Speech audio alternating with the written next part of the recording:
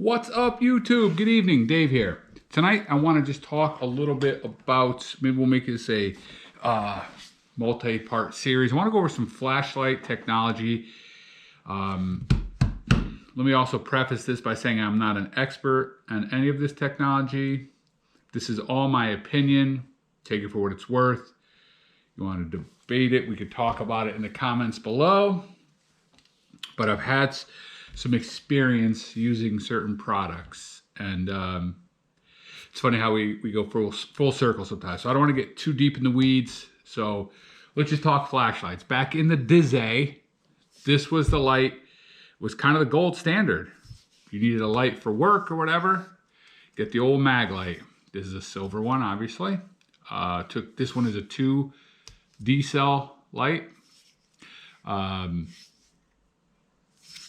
You could get them, I think, in 3 and 4 cell lights. So took a regular bulb, I believe that's a filament bulb in there, took alkaline batteries, and that was it. That was kind of the standard of the day.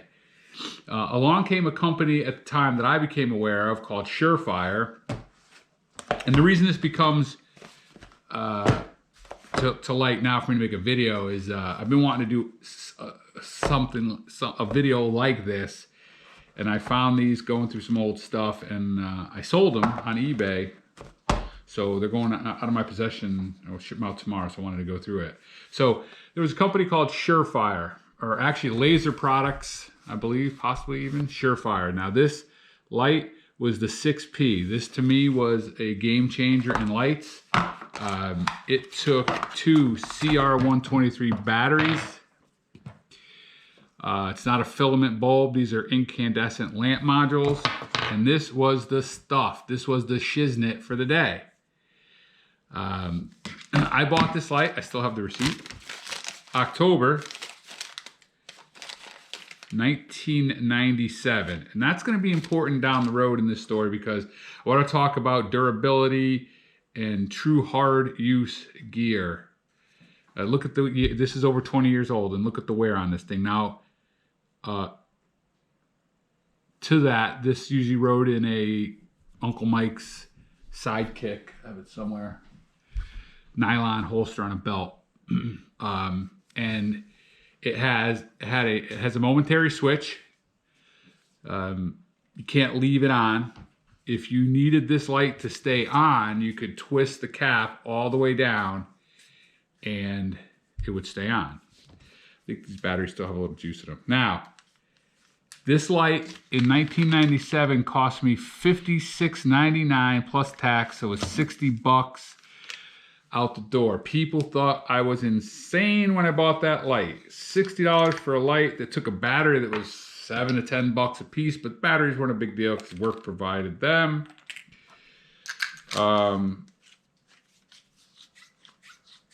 But it was a very powerful light, and it took a lithium battery.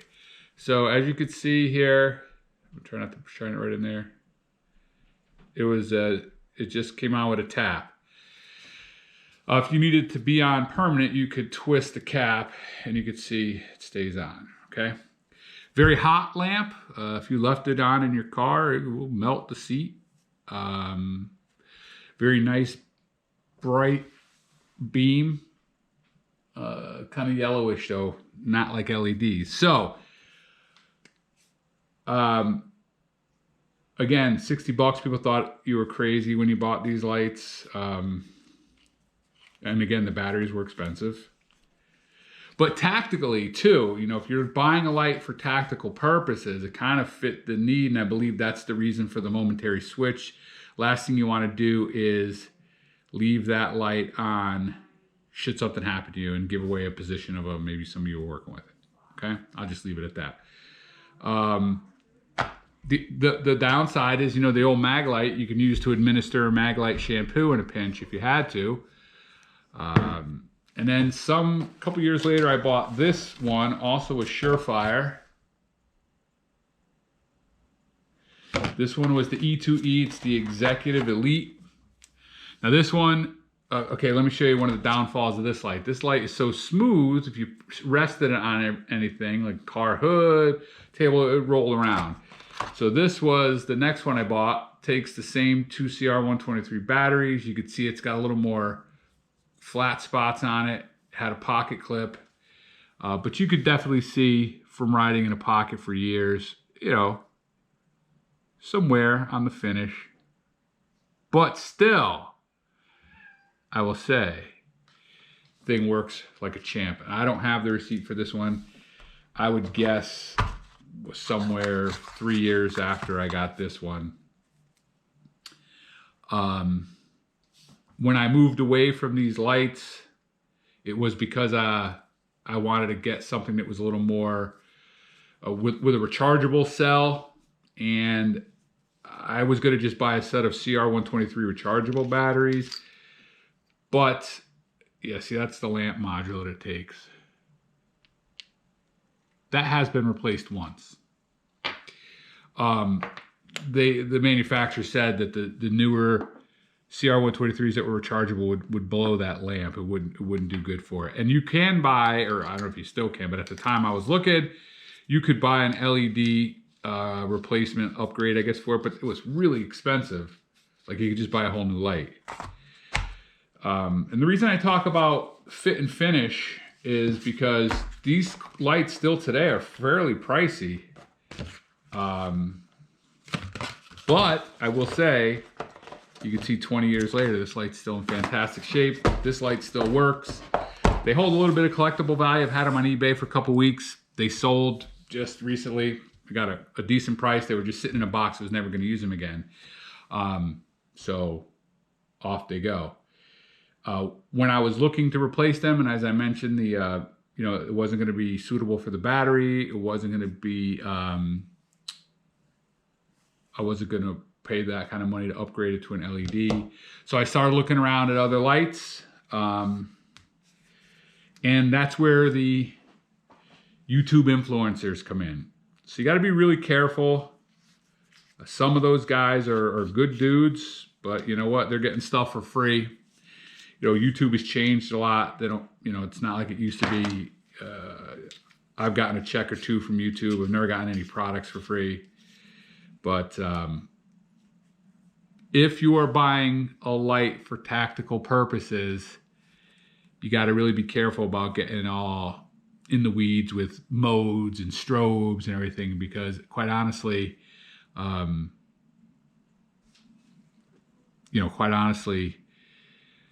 a pinch, in a situation where you have an adrenaline dump going on, and you may not really be able to deal with that. So one of the other thing I bought, my other thought process with these were, the LED technology is crazy. I mean, these lights are ridiculously bright. The light that is white is a nice, beam. And this one takes AA batteries, and I figured, great. In a pinch, if you're away somewhere, you can get a AA battery at any store. I bought a good set of rechargeable AA batteries. This just did not work for me. This was the first one I bought to try to replace it. It's an Olight S15 baton. One AA cell, brighter than that light, has a magnetic tail cap. The other thing that I loved was the modes. Now, that's where I said, if for a regular, just everyday carry, that you may not need it in a pinch tactically, great light.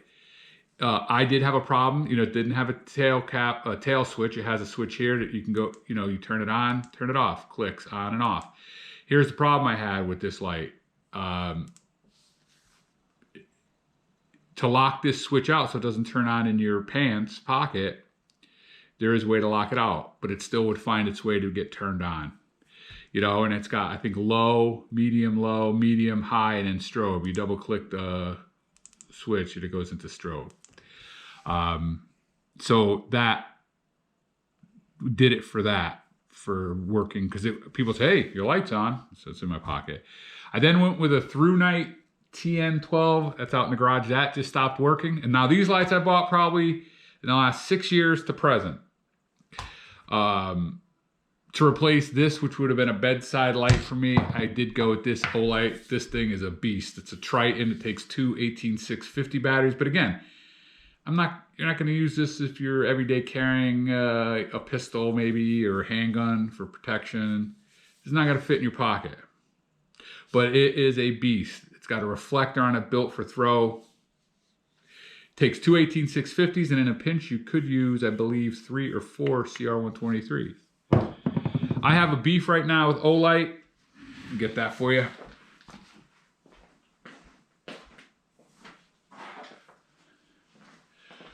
Personally, I don't think I would ever buy another Olight product.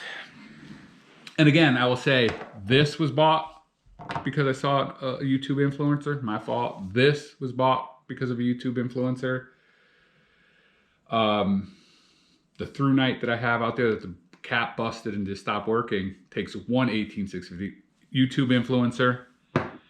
And I think the thing that really aggravates me about it is when Olight comes out with a new product, I'll see no less than 4 guys in my YouTube subscription feed hawking that light. This I bought. Now this is not getting into any tacticalness. Sorry about the rambling, by the way. This is the Olight H6 Wave. This is a headlamp, clearly. Rechargeable battery, H16 Wave. The wave means because when you turn on the wave feature, you turn this on like this. And now you can turn the light off simply. Okay, I'm back. So this was the light that I tried to replace it with. This is a Through Night TN12. It's a 2014 edition.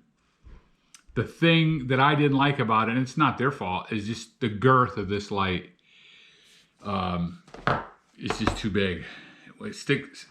Carried it in my pocket a bunch of times.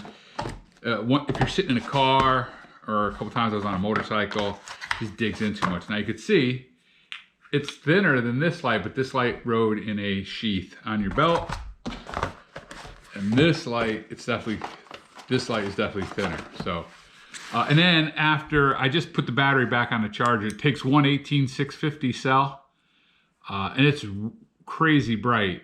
The problem is the tail cap rubber ripped, and I don't know why I can't get this to work. I have to pull out the manual, but this little doohickey came out. And again, it's got the tail cap, but it's a clicky switch. And then you switch through the modes with this button. So it was a bright light. I mean, like I said, these LEDs are ridiculously bright. So what I'll probably do is take the proceeds from this sale, and I'm gonna probably buy myself, like I said, these lights are not bad. If you want them, like I carry, when I go away, I usually throw one. But yeah, see, that one just clicked down by itself because I tapped it a little too much, so whatever. I'm sure I can get this to work again, but I gotta pull out the box. I know I still have the box somewhere. It may have even come with a new rubber. Now this one was never even carried a lot. This was put in a bag, taken every day to the office, and I usually sat on my desk in case the lights went out at work. Yeah, I'm paranoid like that. So that's my little rant on lights and YouTube influencers. Say what you want about that. Maybe I'm jealous, but I've used lights for a long time. So again, I'm not an expert, I'm not an engineer, but over 20 years experience of carrying a light, a big chunk of my day. That's all I have to say about that. Hope you guys are all being safe during this uncertain time here. Don't lose your head.